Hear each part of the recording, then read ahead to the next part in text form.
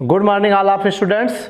मैं विपिन सर आप लोगों के लिए फिर से कल के बताए गए वीडियो के आगे का टॉपिक आज क्लियर करने जा रहा हूं। ठीक है, तो ये टॉपिक आपके सब्जेक्ट बायोलॉजी के अंतर्गत कक्षा 12 के छात्र छात्राओं के लिए लेसन दूसरे अंतर्गत दूसरे चैप्टर के अंतर्गत पढ़ाया जाएगा। ठीक है, तो आज हम जैसे कि आपको इसके पहले वाले चैप्टर में मतलब पहले लेसन की जो दूसरा लेसन है, दूसरे लेसन की जो पहली हेडिंग कल बताए थे कि आवृत बीजी पौधों में किसी पुष्प की प्रारूपी संरचना और उसके भाग उसके चक्र के बारे में। ठीक है, ये सब बताया था। आज उसी चक्र में जो पुमंग और जायांग बताए थे आवश्यक चक्र, आज उसी पुमंग के बारे में हम एक्सप्लेन करेंगे।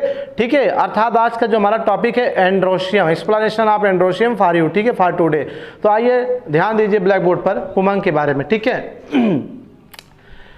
पुमंग, पुमंग को अंग्रेजी में बेटा एंड्रोशियम कहते हैं। क्या कहते हैं? एंड्रोशियम कहते हैं। हिंदी में पुमंग कहते हैं। पुमंग का मतलब होगा नर जननांग। किसी पुष्प के अंदर पाए जाने वाला नर जननांग जो होता है उसे ही पुमंग कहते हैं। ये बात मैंने इसके कल वाले वीडियो में क्लियर किया था। ठीक है, तो आइए देखते हैं। जैसे कि एक बार फिर से रिपीट कर रहे हैं, मान लीजिए कोई फ्लावर है, structure, typical structure of flower, अर्थात किसी पुष्प की प्रारूपी संरचना है।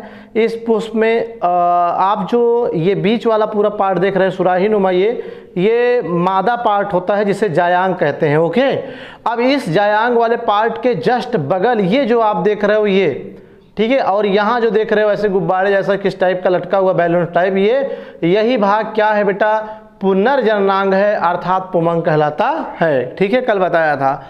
अब इसी पुमंग को, ठीक है, आज हम एक्सप्लेन करने जा रहे हैं, देखे जा रहे हैं क्या होता है, कैसे होता है, कितने भागों से मिलकर बना होता है, कैसे इसका निर्माण होता है, इसका कार्य क्या होता है, इन सब बारे में हम चर्चा करने जा रहे हैं। ठीक है, अगर ध्यान दीजिए यही पुमंग, ठीक है, यही मैं निकाल लूँ यहाँ पर थोड़ा सा बड़ा करके दिखाऊं, यही चीज़ को मैंने यहाँ निकाला स्टडी करने के लिए, बड़ा करने के लिए। अब इसी को देख करके पूरा एक्सप्लेनेशन आज हो जाएगा पुमंग का, कुछ ज़्यादा रटने की ज़रूरत नहीं है। ठीक है, क्या जैसे मैंने यहाँ लिखा है कि जो पुमंग होता है बेटा यह किसी पुष्प का नर जननांग होता है। तो मैंने पहले ही क्लियर किया, पुमंग का मतलब नर जननांग होता है, मेल सेक्स ऑर्गन्स होता है। ठीक है, जिसमें एक से अधिक पुंकेसर होते हैं। पुंकेसर का मतलब ये वाली संरचना जो आप देख रहे हो, ये पुंकेसर है। किसी भी पुष्प में एक से अधिक पुंकेसर लगे होते हैं। ठीक है, जैसे गुलाब लीजिए, उसके बीच में देखिए, या गुड़हल लीजिए, गुड़हल का जो ऐसे लंबा सा निकला हुआ होता है, क्या ये लेडी इसी के ऊपर देखिए ऐसे ऐसे करके रहता है, अगर ध्यान से देखिए आप। ठीक है, तो ये वो क्या होता है? पुंकेसर होता है, जिसकी संख्या एक से अधिक होती है। तो ध्यान देने वाली बात है, किसी एक पुष्प में नंबर आप जो स्टेपल है, पुंकेसर है, वो एक से अधिक होते हैं। ठीक है, जिसके दो प्रमुख भाग होते हैं, अर्थात ये पुंकेसर के दो प्रमुख भाग होते हैं। ठीक है, पहला पतला लंबा वाला भाग जिसे परागवृंत कहते हैं। तो आप देख रहे हैं किसका जो ये भाग यहाँ से है, ये पतला सा ये डंठल, ये ठीक है, ये पतला भी है और लंबा भी है। तो इस पतले और लंबे वाले भाग को, अर्थात इस भाग को क्या कहते हैं? परागवृंत कहते हैं। ठीक है, परागवृंत कहते हैं। और जो दूसरा भाग होता है, इसके ऊपर वाला भाग, अर्थात इसके ऊपर माने ये वाला भाग, ठीक है, जो गोलाकार भाग है आपका, इसकी चर्चा कर रहे हैं। तो ये अंतिम सिरा वाला भाग कहलाता है, जो द्विपालित होता है। द्विपालित का मतलब बाइलोब्ड, अर्थात इस तरह से है, दो भाग, एक भाग ये, एक भाग ये। ठीक है, ऐसे बता हुआ है, दो भाग है। तो वही दूसरा अंतिम सिरा जो द्विपालित होता है, जिसे परागकोश कहते हैं बेटा। ये जो आपका भाग है, ये अर्थात ये ऊपर वाला, ये क्या है? परागकोश है। ठीक है, परागकोश का मतलब एक खाली चैम्बर जिसमें परागकण भरा हो, तो इस तरह से इसे परागकोश कहते हैं। ठीक है, तो इस अंतिम सिरे दो पालित होता है, दो भाग वाले होते हैं, जिसे परागकोश कहते हैं। प्रत्येक परागकोश पाली में दो प्रकोष्ठ होते हैं। मतलब जो परागकोश होता है वो द्विपालित होता है, मतलब ऐसे दो भागों से बना है। अब जो दो इसके भाग है बेटा, ये वाला एक भाग, एक भाग, इसमें भी देखेंगे दो पार्ट रहेगा ऐसे, ये भी दो भागों में क्या होता है? बटा होता है, ये भी दो भागों में। अर्थात एक परागकोश में कुल कितने चैम्बर हो गए, कितने कोष्ठ हो गए? 4। वैसे तो 2 है, अब इन दोनों में भी दो हैं, ये 4 प्रकाश हो गए। ठीक है, एक परागकोश में 4 प्रकोष्ठ कुल मिलाकर के हो गए, जिन्हें परागपुट कहते हैं। क्या कहते हैं? परागपुट कहते हैं, या सूक्ष्म बीजाणुधानी भी कहते हैं। ठीक है, जैसे ये है तो देखो 1 2 3 4, पहले जब 20 से करेंगे तो एक भाग इधर वाला, एक भाग इधर वाला। अब उसको भी जब देखेंगे तो इसमें भी 2 भाग है, 1 2 3 4, कुल 2 2 नहीं 4 भाग। अब इस चारों भाग को, चारों चैम्बर को, चारों कक्ष को, ठीक है, बायोलॉजी की भाषा में, बायोलॉजी लैंग्वेज में परागपुट या सूक्ष्म बीजाणुधानी अर्थात माइक्रोस्पोरेंजिया कहते हैं, सूक्ष्म बीजाणुधानी कहते हैं। ठीक है, तो इस प्रकार से कुल कितने 4 सूक्ष्म बीजाणुधानियां हो गई। कितने हो गए बेटे? 4 सूक्ष्म बीजाणुधानियां हो गई एक परागकोश में। समझ में आई बात कि नहीं? एक परागकोश का मतलब जैसे ये भी है, ये भी है, तो ये अगर इसको केवल ले या इसको ले ले तो इसमें 4 आपके पार्ट हो गए, 4 भाग हो गए, जिन्हें 4 सूक्ष्म बीजाणुधानियां कहते हैं। ठीक है, तो इस प्रकार से 4 परागकोश, एक परागकोश में 4 बीजाणुधानी हो गए। अब इसी सूक्ष्म बीजाणुधानी में परागकण अर्थात सूक्ष्म बीजाणु या जिसे नर युग्मक भी कहते हो, ठीक है, भरे होते हैं या उसी में इसका निर्माण होता है। अर्थात जो ये सूक्ष्म बीजाणुधानी जो है 4 चैम्बर, इसी के अंदर आपका क्या है?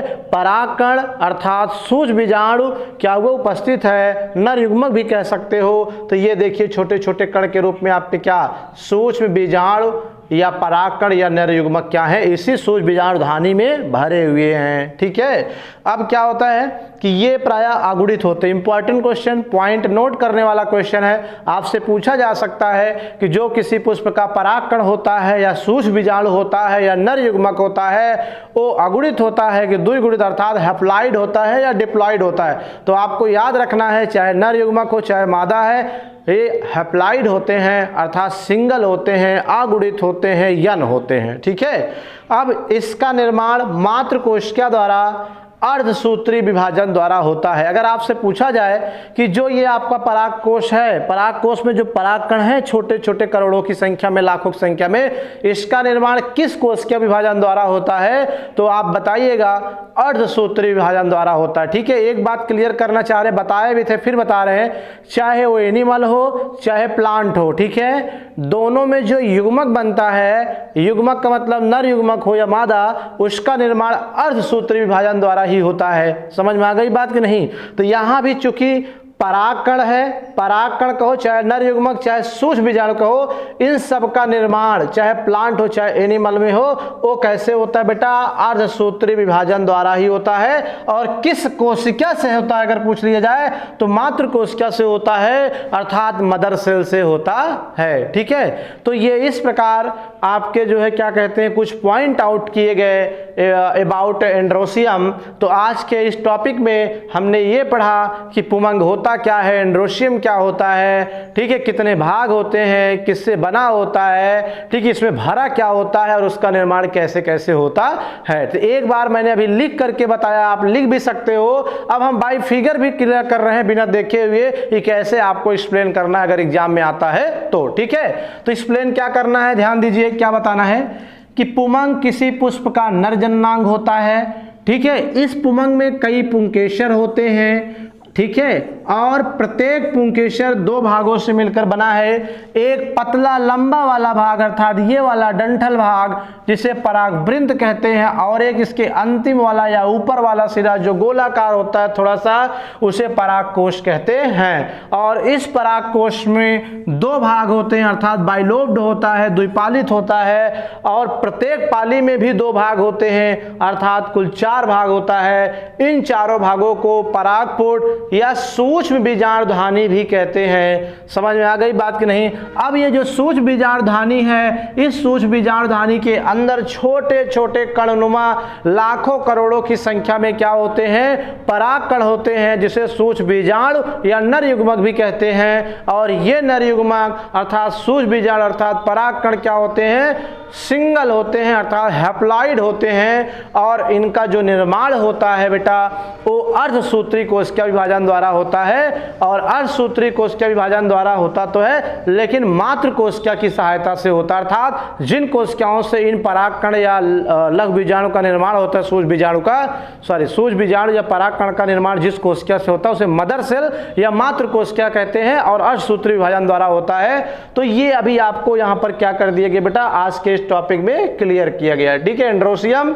तो मिलते हैं हम कल फिर से एक नए टॉपिक जिसका नाम गाइनोसियम होगा अर्थात जायांग होगा। हम इसके बारे में भी आपको विस्तृत वर्णन करेंगे और कुछ इंपॉर्टेंट बातों को लेकर के। ठीक है, तो आज की इस वीडियो में बताए गए टॉपिक में 2-3 बात जरूर याद रखिए कि पुष्प का नर जनांग ही पुमंग है, एक से अधिक पुंकेसर होते हैं और 2 भाग होते हैं, पतला भाग परागवृंत और ऊपर वाला भाग परागकोश। परागकोश में भी 2 भाग हैं। ठीक है, जिसे ये यहाँ पर मैंने दिया है द्विपालित, जिसे द्विपालित भाग कहा जाता है और इसमें भी 2-2 भाग होते हैं अर्थात कुल 4 पार्ट हो गए जिन्हें लघु सूक्ष्म बीजाणुधानी कहते हैं। इसी सूक्ष्म बीजाणुधानी में आपका परागकण या आपका ये क्या कहते हैं सूक्ष्म बीजाणु उपस्थित होता है। इसका निर्माण मातृकोश अर्थात असूत्री विभाजन द्वारा होता है। ठीक है, thank you watching this video. धन्यवाद, नोट कर लीजिए।